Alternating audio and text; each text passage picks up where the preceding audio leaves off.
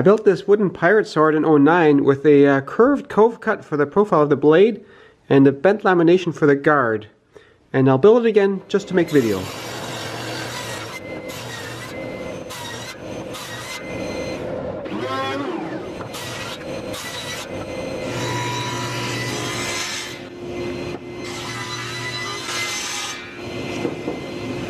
Next step is to boil these for a bit, to soften them up.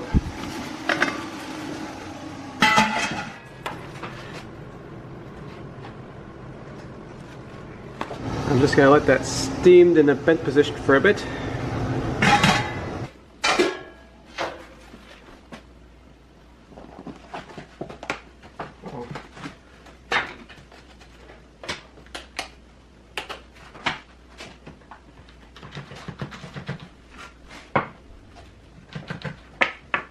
I'm just going to let these layers dry on top of the heater before I try to glue them up. I really like the exaggerated curve I came up for this thing last time, so I'm just going to trace that same shape onto a board.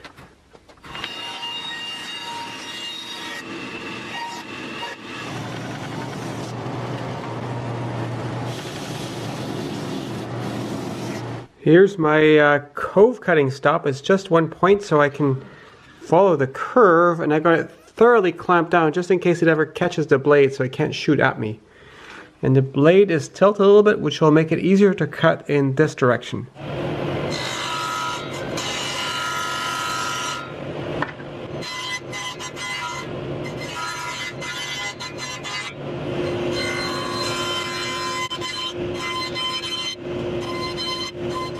I went very slow for the last pass to try to get a smooth surface. Let's try and clean that up a bit.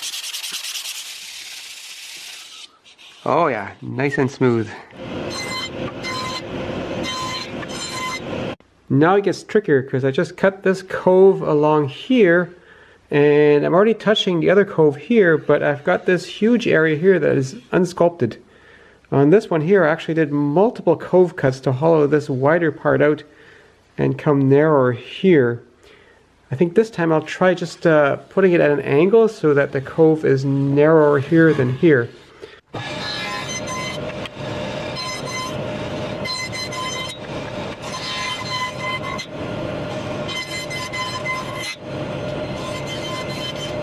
The shape is starting to come together.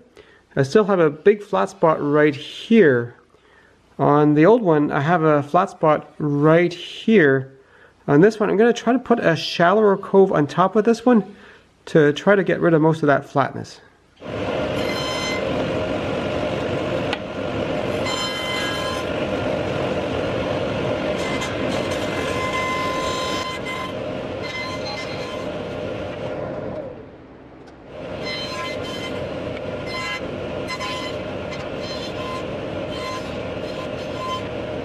I didn't get as nice a finishing pass on this side as on the other side, and it's concave, so difficult to power sand.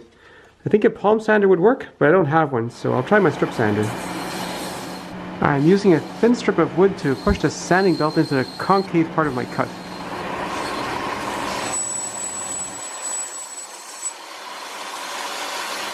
I just went from this to this. I guess I can hold off buying a palm sander a little bit longer.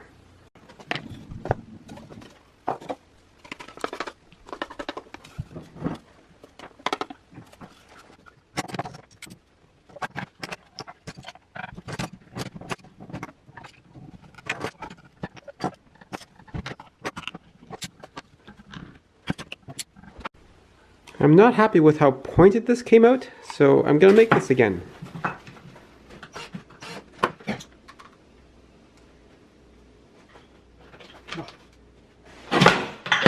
Shit.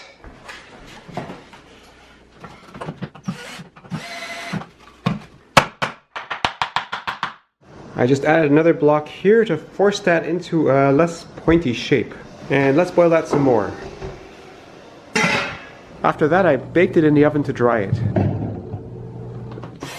Because of the lengthy exposure to heat in that bent state, there's hardly any spring back at all.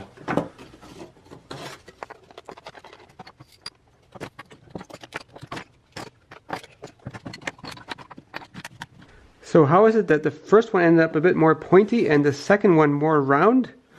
It's all a matter of how I apply the bending moment. So if I just bend it by squeezing the ends, the bending moment is proportional to how far from the squeezing point I am, which means this part here will see the most curvature and much less so here. Whereas if instead of just squeezing the ends, I actually apply sort of a turning bending moment, then the curve ends up much closer to circular. And that was the whole idea of screwing the ends to this piece of 2x4.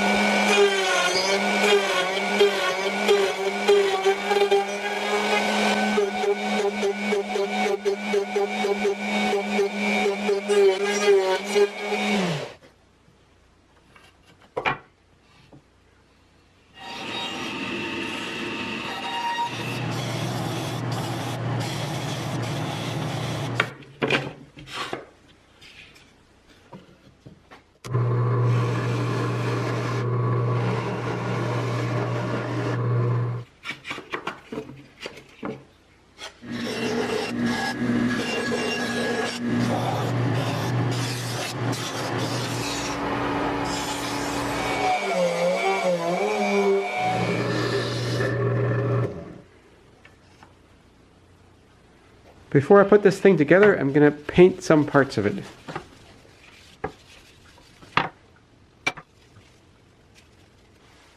I'm hoping this rust paint will give it the sort of metallic shine that I'm looking for.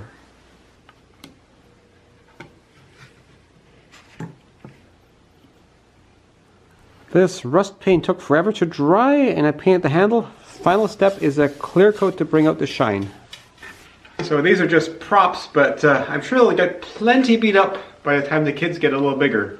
Yarr!